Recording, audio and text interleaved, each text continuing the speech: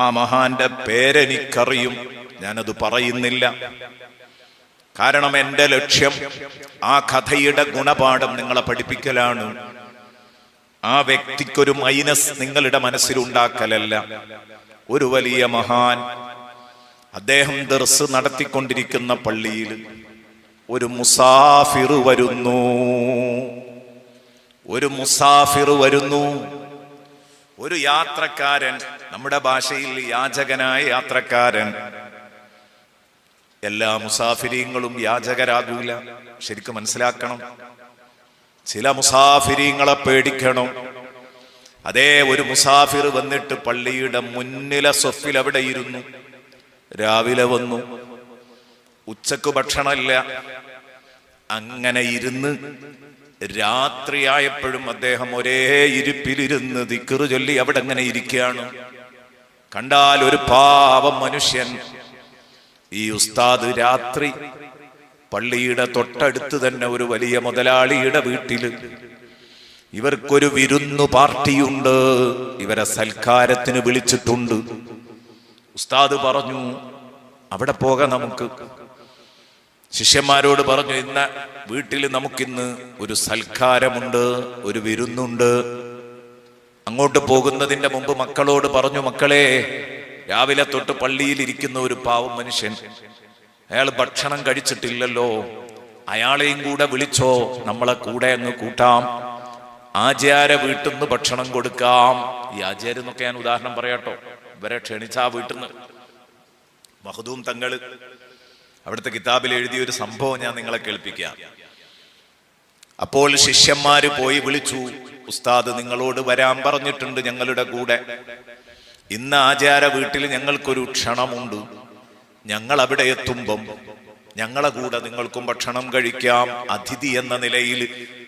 ഇത് പറഞ്ഞപ്പോ അദ്ദേഹം പറഞ്ഞു, എനിക്കങ്ങനെ കാര്യമായ ഭക്ഷണമൊന്നും ആവശ്യമില്ല, ഞാൻ അങ്ങനെ വലിയ ഭക്ഷണമൊന്നും കൊതിക്കുന്നയാളല്ല.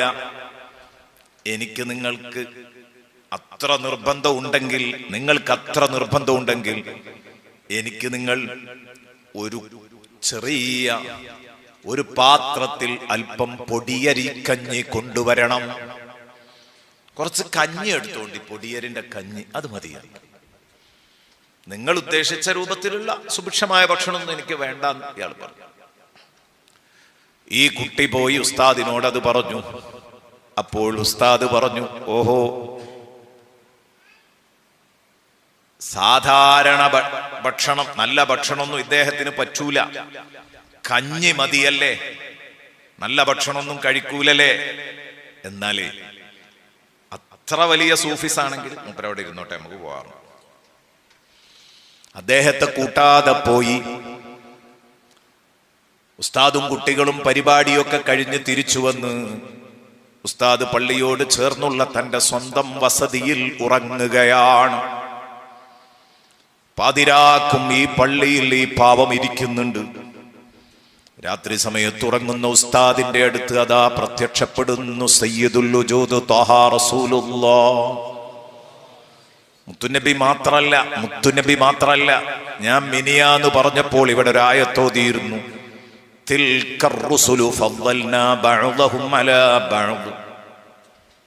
പ്രവാചകന്മാരെല്ലാവരും ഒരു ഗ്രേഡിലല്ല എന്ന് പറഞ്ഞതിന് ഞാൻ ഒരു ആയത്തോതിയിരുന്നു.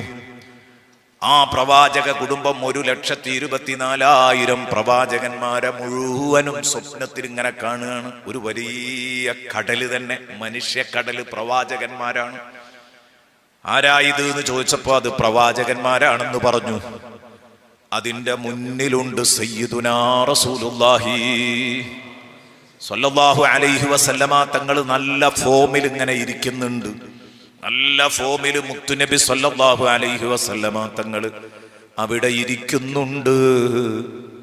ഇദ്ദേഹം പതുക്കെ ചെന്നു, മുഴുവൻ പ്രവാചകന്മാരെയും ഒരടിക്ക് കാണാനുള്ള അവസരമാണ്, ഒറ്റയടിക്ക് കിട്ടിയതാണ്, ഒറ്റ തവണയായിട്ട് എല്ലാ പ്രവാചകന്മാരെയും കണ്ടു. അതിലെന്റെ മുത്ത് ഹബീബുമുണ്ട്. ചെന്നിട്ട് പറഞ്ഞു, അസ്സലാമു അലൈക യാ റസൂലല്ലാഹ്. പറഞ്ഞപ്പോഴേക്ക് വലതുഭാഗത്തുകൂടെ ചെന്ന് പറഞ്ഞപ്പം മുത്തുനബി സലാം മടക്കാതെ ഇടത്തോട്ട് തലയിങ്ങ് തിരിച്ചു. അപ്പോൾ അദ്ദേഹം ഇടതുഭാഗത്ത് കൂടെ ചെന്നു. നബി തങ്ങൾ തല തിരിച്ച ഭാഗത്ത് ചെന്ന്, മുഖം തിരിച്ച ഭാഗത്ത് ചെന്ന്, അസ്സലാമു അലൈക യാ റസൂലല്ലാഹ് സലാം പറഞ്ഞപ്പോ അതാ മുത്തുനബി തിരിച്ച് ഇങ്ങോട്ട് തല തിരിച്ചു. മിണ്ടിയില്ല, സഹകരിച്ചില്ല, സലാം അടക്കിയില്ല. അല്ലാഹ് വല്ലാതെ വേദനിച്ചു, ഹൃദയം വല്ലാതെ നൊന്തു. അവിടുന്ന് ചോദിച്ചു, മുത്തുനബിയെ, പാവപ്പെട്ട ഞാന് ഇത്രയും കാലം അങ്ങയുടെ നൂറാകുന്ന ഇൽമിന്, അള്ളാഹുവിന്റെ നൂറായ ഇൽമിന്, അങ്ങ് പഠിപ്പിച്ചു തന്ന ഇൽമിന് ഞാൻ ഇത്രയും വലിയ സേവനം ചെയ്തിട്ട് അല്ലേ, വലിയ മുദരിസല്ലേ, വലിയ ഉസ്താദല്ലേ, ദർസൊക്കെ നടത്തി, ഇപ്പൊ എനിക്ക് അങ്ങയെ കാണാനുള്ളൊരു ഭാഗ്യം കിട്ടിയിട്ട് ഞാനൊരു സലാം പറഞ്ഞിട്ട് എന്തുകൊണ്ട് മടക്കിയില്ല? മുത്തുനബി പറഞ്ഞു, വേണ്ട വേണ്ട, നിങ്ങളുടെ സലാം മടക്കാനൊന്ന് ആലോചിക്കണം. എന്റെ ഉമ്മത്തിൽപ്പെട്ട ഒരു പാവപ്പെട്ട ഉമ്മത്തി കൂടുതലൊന്നും ചോദിച്ചില്ലല്ലോ, ഒരൽപ്പം ഒരു കുഞ്ഞിക്കൈയിൽ കഞ്ഞിയല്ലേ ചോദിച്ചുള്ളൂ, അത് കൊടുക്കാത്ത നിങ്ങളോട് സഹകരണമില്ല എന്ന് പറഞ്ഞു. അപ്പോഴങ്ങ് അപ്രത്യക്ഷമായി, മൊത്തം എല്ലാവരും അങ്ങ് അപ്രത്യക്ഷമായി. അല്ലാഹ്, ഇദ്ദേഹം ഉറക്കത്തിൽ നിന്ന് ഞെട്ടി ഉണർന്നു. ഇതൊക്കെ സ്വപ്നത്തിലാണ്. അവിടെ നിന്ന് കിട്ടിയ ഡ്രസ്സ് വലിച്ചിട്ട് ഓടുന്നു പള്ളിയിലേക്ക്. ഇയാളെ കിട്ടണം. പള്ളിയിൽ വന്ന് നോക്കുമ്പോ ആളെ കാണുന്നില്ല. അപ്പോഴദ്ദേഹത്തിന് തോന്നി, ഞാൻ വരുന്നത് അറിഞ്ഞിറങ്ങിയതാണോ? സൈഡിലൂടെ ഇറങ്ങിച്ചെന്നപ്പം ആളുണ്ട്, ചെരുപ്പിട്ട് ഇങ്ങനെ പോകുന്നുണ്ട്, ഓടിപ്പോകുന്നുണ്ട്. അപ്പോൾ ഇദ്ദേഹം വിളിച്ചു, ഓ മനുഷ്യ, അവിടെ നിൽക്കൂ, നിങ്ങൾക്ക് എന്തു ഭക്ഷണം വേണമെങ്കിലും ഞാൻ തരാ. കഞ്ഞി വേണമെങ്കിൽ കഞ്ഞി തരാ, ചോറ് വേണമെങ്കിൽ ചോറ് തരാ, എന്താ വേണ്ടതെങ്കിൽ നിങ്ങൾക്ക് ഞാൻ തരാ, നിൽക്കൂ എന്ന് പറഞ്ഞപ്പോ ആ മനുഷ്യൻ തിരിഞ്ഞു നിന്നിട്ട് പറഞ്ഞത്രേ, വേണ്ട വേണ്ട, ഒരു കുഞ്ഞിക്കൈയില് കഞ്ഞിക്ക് 1,24,000 പ്രവാചകന്മാരുടെ റെക്കമെൻഡ് വേണ്ടേ? എനിക്ക് വേണ്ട, നിങ്ങളങ്ങ് കുടിച്ചോന്ന് പറഞ്ഞിട്ട് ആ മനുഷ്യനങ്ങ് പോയി. അത് മുതൽ ആ മഹാൻ ജീവിതത്തിൽ ഒരൊറ്റ പാവപ്പെട്ടയാളെയും അവഗണിച്ചിട്ടില്ല. ബാബു ഹുബ്ബിൽ ഫുഖറാഇ വൽ മസാകീൻ എന്ന് പറഞ്ഞ തലക്കെട്ടിൽ, ആ ഒരു ബാബിൽ തലക്കെട്ടിൽ ബഹുമാനപ്പെട്ട സൈനുദ്ദീൻ മഖ്ദൂം റളിയല്ലാഹു അൻഹു എഴുതുന്ന, തന്റെ കിതാബിൽ എഴുതുന്ന ഒരു ചരിത്രമായിരുന്നു. ഞാൻ എന്തിനാ ഇത് പറഞ്ഞതെന്ന് അറിയോ? പാവപ്പെട്ടവരെ ശ്രദ്ധിക്കാഞ്ഞാല് ഞാൻ എല്ലാമാണെന്ന് ഇങ്ങനെ പറഞ്ഞു നടന്നിട്ട് കാര്യമില്ല. പാവപ്പെട്ടവരെ ശ്രദ്ധിക്കണം, അവിടെ അവരെ സ്നേഹിക്കണം, അവരെ ചേർത്തു പിടിക്കണം. അപ്പോഴേ നമുക്ക് രക്ഷപ്പെടാൻ കഴിയുകയുള്ളൂ. ജീവിതത്തില് നമുക്കൊക്കെ എത്ര ഘട്ടങ്ങൾ നമ്മുടെ മുമ്പിൽ വന്നിട്ടുണ്ട്. അവിടെയൊക്കെ നമ്മൾ അവഗണിച്ചോ? എങ്കിൽ ആലോചിച്ചോളണം, ശരിക്കും ആലോചിച്ചോളണം. ചെറിയ സംഭവമല്ല ഇത്.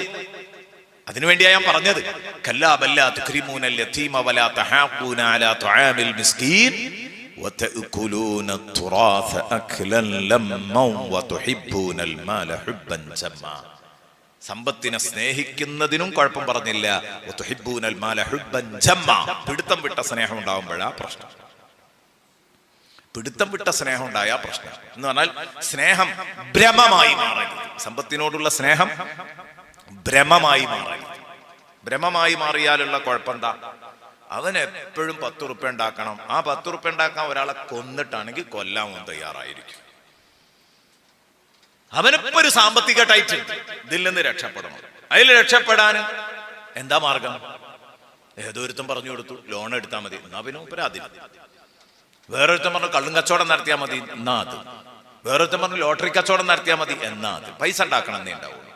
ഓ മുഹിബ്ബു ദുനിയാ ഖായിലുൻ ഐന ത്വരീഖ് ഐനൽ ഖലാസു കമുസ്കരിൻ ശരിബത്തിലാ. ഓ മുഹിബ്ബു ദുനിയാ, ദുനിയാവിനെ വല്ലാതെ ഭ്രമിക്കുന്ന മനുഷ്യൻ, കൂടുതലായി ദുനിയാവിനെ സ്നേഹിക്കുന്നത്, ദുന്യാവിനോട് ആർത്തിയുള്ള, നമ്മളൊക്കെ സാധാരണ പറയല ആർത്തി പണ്ടാരം. ഓ മുഹിബ്ബു ദുന്യ, ദുന്യാവിന്റെ ആർത്തി പണ്ടാരം. മുഹിബ്ബു ദുനിയ ഖായിലുൻ, അവൻ എപ്പോഴും ഇങ്ങനെ പറയും അയിന ത്വരീഖ്, എനിക്ക് 10 റുപ്യ ഉണ്ടാക്കണം, അതിനെന്താ ഒരു മാർഗം? ഈ ഒരു വരിക്ക് വേറെയും അർത്ഥസാധ്യതകൾ ഉണ്ട് കേട്ടോ. ഒരു മഹാൻ വിശദീകരിച്ച അർത്ഥസാധ്യതയാണ് ഞാൻ ഈ പറയുന്നത്. അതിനെ ത്വരീഖ്, എനിക്ക് 10 റുപ്യ കിട്ടണം, അതിനിപ്പോ എന്താ ഒരു മാർഗം? അതിന് ഒരാളെ കൊല്ലണം, എന്നാ കൊല്ലന്നെ. അല്ലെങ്കിൽ പെങ്ങളെ പഞ്ഞു വെക്കണം, എന്നാ പഞ്ഞു വെക്കന്നെ. ഇങ്ങനെയുള്ള ഒരു അവസ്ഥയിലേക്ക് വരും. അതിനെ ത്വരീഖ്, അയിനൽ ഖലാസ്, എനിക്കിപ്പോ ഒരു സാമ്പത്തിക ടൈറ്റുണ്ട്, ഇതിൽ നിന്ന് രക്ഷപ്പെടാനുള്ള മാർഗം എന്താണ് എന്ന് ചോദിക്കും. ആരെപ്പോലെ? കമുസ്കരിൻ ശരിബത്തില, കള്ള് കുടിച്ച് ലഹരി ബാധയേറ്റ ആളെ പോലെ. മുസ്കർ എന്ന് പറഞ്ഞാൽ മുസ്കിറായ കള്ള് കുടിച്ചിട്ട് ലഹരി ഏറ്റ ആൾക്ക് പറയുന്ന പേരാണ് മുസ്കർ. കമുസ്കരിൻ ശരിബത്തില, കള്ള് കുടിച്ച് ലഹരിയേറ്റവനെ പോലെ.